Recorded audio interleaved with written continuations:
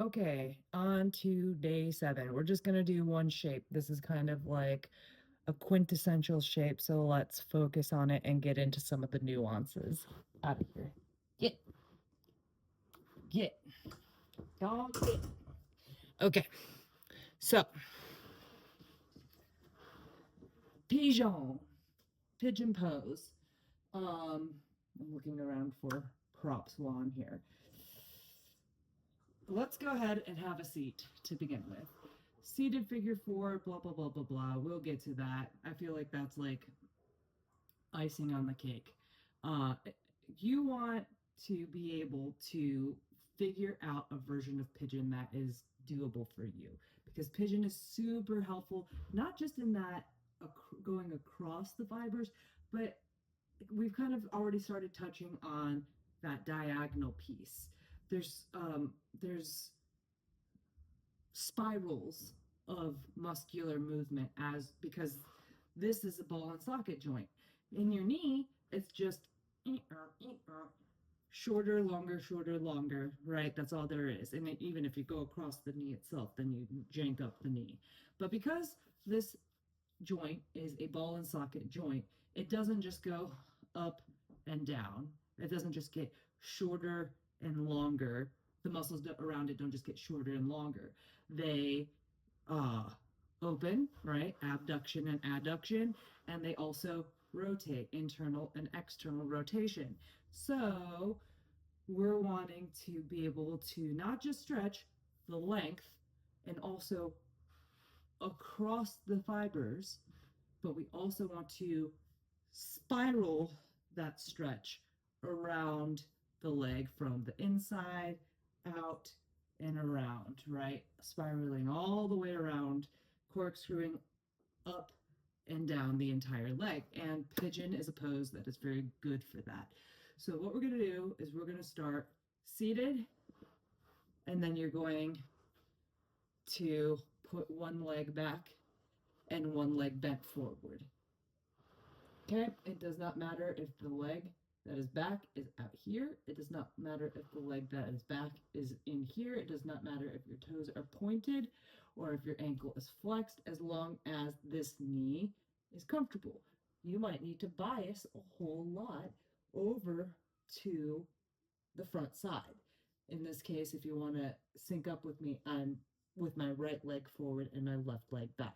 So I'm pretending like I need to bias all the way over here a whole lot and lean into my right side a whole lot so that there's not a lot of pressure going on in this back leg. So we're going to start here. And you want to set it up so that this leg is giving you the least amount of grief possible, first by your positioning. And then what we're going to do is we're going to twist it a little bit. So leaning to the right, you're going to take your left arm across your right thigh, your right hand's over here to the right. You're going to take your body and rotate it to the right. Now, if you're sunken in at the hip here and you're rotating, you're going to feel it weird in your back. So what you want to do is notice that this is a point. This is sort of like an end point down here at your left knee, and there's a line that goes up the front of your leg, and you want to elongate that line through your left hip, and that's why you're leaning over here to the right, so that you can elongate it out your right shoulder. And that's the twist. Just taking your left arm across to accentuate it. You're rotating this thigh a little bit inward to help elongate that diagonal line. And you're going to hold and breathe until you feel some space, you probably will first feel the tension, right, across your abdomen. And you want to be able to, a little bit, at least a little bit, release some of that tension as you come back forward. You might still need to be leaned over to the right, but you want some of that tension to have released before you let up on the twist. From here, your one hand is going to be near your right foot.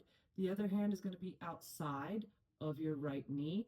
And then you're going to notice what's happening underneath here. Right now, the muscles on the outside of my butt are kind of rolled out from the outside underneath me. They're kind of trapped feeling. And I don't want that. I actually want to scoot those muscles with my hand out from underneath me a little bit.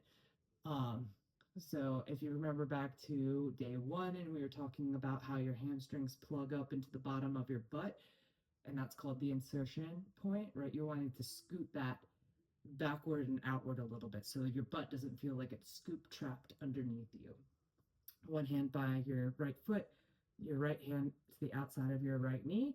Maybe you're just kind of pushing up and down, hinging forward over that leg, which could give you a lot of sensation in the hip and around into the hamstring. That might be enough. If you can get forward and you feel like staying would accentuate your stretch, then after a few rounds of hinging in and out of it, you can support your upper body and let your weight start to drop down. For most people, um, they start with their body at a little bit of a diagonal. If you're like really, really tight, right, in the hips and the hamstrings, your body mirrors this line of your thigh, which is at a diagonal out to the right. Your body's going to go out to the right, and at first you'll just drop down and close the gap between your abdomen and your inner thigh.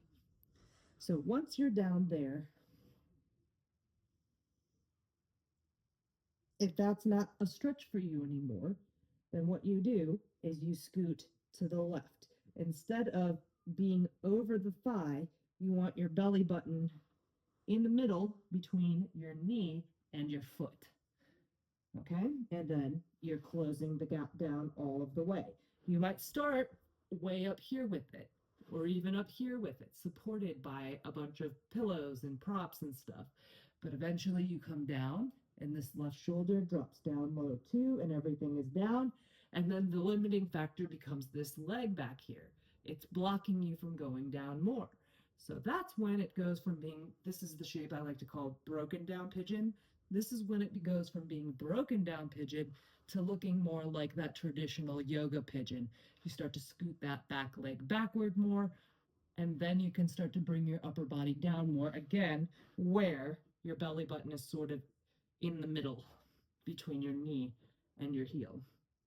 If you're starting off, if your pigeon looks more like a traditional yoga pigeon to begin with, first you want to make sure that your heel is in toward that back hip and that there's no discomfort in your knee. This knee is outside of your rib cage and all the way closed. This heel is all the way to the front of your left hip.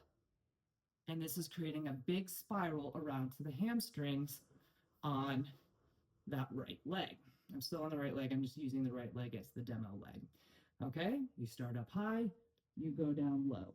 Up high, this is a back bend and a back leg stretch. Down low, you're opening up the hamstrings in the front leg.